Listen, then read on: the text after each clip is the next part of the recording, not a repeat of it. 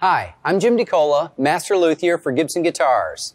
I'm going to show you how to restring your acoustic guitar.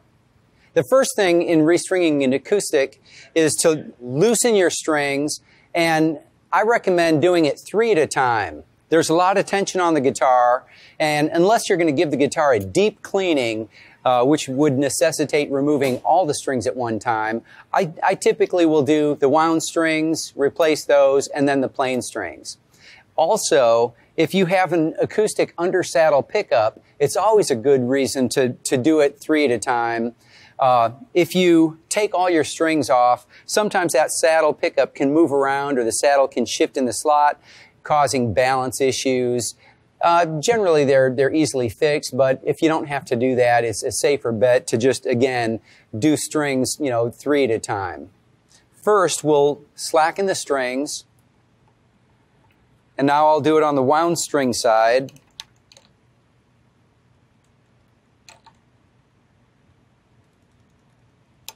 And once we have the strings loosened about so much, we're going to remove them from the bridge. And if you have a peg winder, they'll often have a little slot which you slide under the bridge pin and kind of pry up, and that's how you remove the pin. If you don't have a peg winder that has that feature, and if you're careful, you can use wire cutters very, very gently, only enough to wedge under that pin and gently lift up that bridge pin. So, again, be careful and just lift it up like that. Put the pins to the side, remove the strings in the bridge, and then the headstock. So the first tip I'm going to share when you unpackage your string is to make sure that you do it safely. As you can see, strings are coiled up and they have a lot of tension. And as they unwrap, they can kind of spring loose and the ends can be sharp. So make sure you hold those, at arm's length and carefully uncoil them so they don't accidentally poke you in the eye. Now we're going to go ahead and start with the low E string. We're going to install it in the bridge, followed up by the bridge pin. And the bridge pin has a little slot, and that's where the string will kind of slide through. And when it's installed, on the underside of the top, that bridge pin will try to be as close to the top of that, the ball end of the string will be as close to the top of that bridge pin as possible, about there.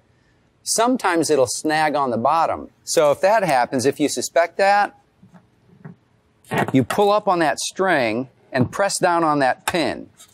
And then it's a good idea if you can just kind of feel on top of that bridge pin to make sure it's not snagged, and then you can proceed to restringing it.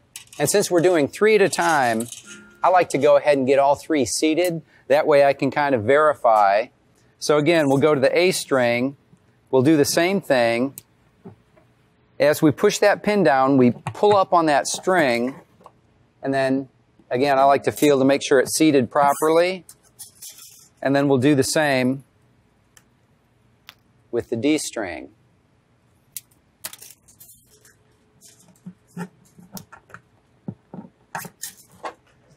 Now once they're seated securely,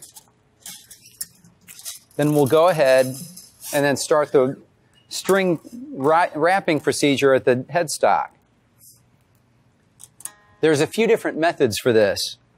The first and most simple, a lot of people will pull that string taut past the tuner that they're going to install the string on, about the length of 2 tuners, and then clip the string. And then we'll install the string into that tuner, leaving about 1/8 of an inch of that string exposed on the other side. And then put a bend on it to hold it securely onto that post. And then we'll start the winding process. And when we wind it, we want to make sure we hold down with our index finger and not push it onto the peg head, but hold it down so that every wrap, as it wraps, the remainder of the string lays on the bottom. That way it'll be orderly and it's not going to snag and wrap over itself, so it'll have better tuning stability. Once you get it tuned up approximately to pitch, you can tug it a little bit and then move to the next string. Now, the second method I'd like to show you is very similar, where you install the string in the tuner, but you pull it through and you leave about 1.5 inches of slack above the tuner, and then you push down behind the tuner and then pull up at the end of the string in the opposite direction, so you make a Z bend in that string. And then you go ahead and wrap it in that same method, pushing down on the string as you wind it, so all the successive wraps lay under the previous wrap. That way tension will hold it all together and it won't want to unravel or snag on itself. And then once it's up to tension, then you can clip it clean. The last method is a locking method. So it's very similar to the Z bend. You'll install it in the tuner, give it about 1.5 inches of slack above the tuner, and do that Z bend where you pull this string down and the end in the opposite direction. And the difference, now you pull that string under this string and then pull it back over, and that creates a lock similar to that. And then you can go ahead and start that wrapping process in the same manner, making sure that all the wraps are laying neatly on top of each other so the string is at the very bottom of the tuning post. And then clip the string. Now we're going to stretch the strings and then we'll tune it. So when we stretch the strings, we'll want to hold it between our thumb and index finger. And I'm going to use a heavier string so you can see that. We'll want to hold it like that. So if we slip, it'll come out of our finger. You don't want to put it under your finger because you risk cutting your finger that way. So pinch it like that. That way, if you pinch it too hard, you won't cut your finger. We'll do it one by one, all along the length of the string, and then kind of in the center there. And now we'll tune it. Here I'm using a snark clamp-on tuner.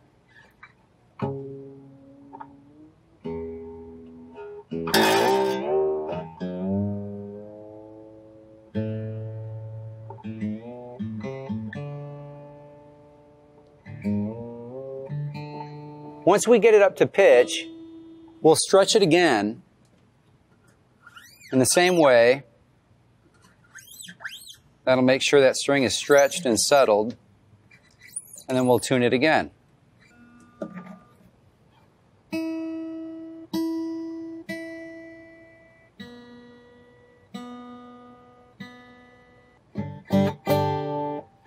So with new strings, you might have to play it, a few minutes, stretch it, let them settle. Once that settling is done and everything is stretched out, then you'll be fine.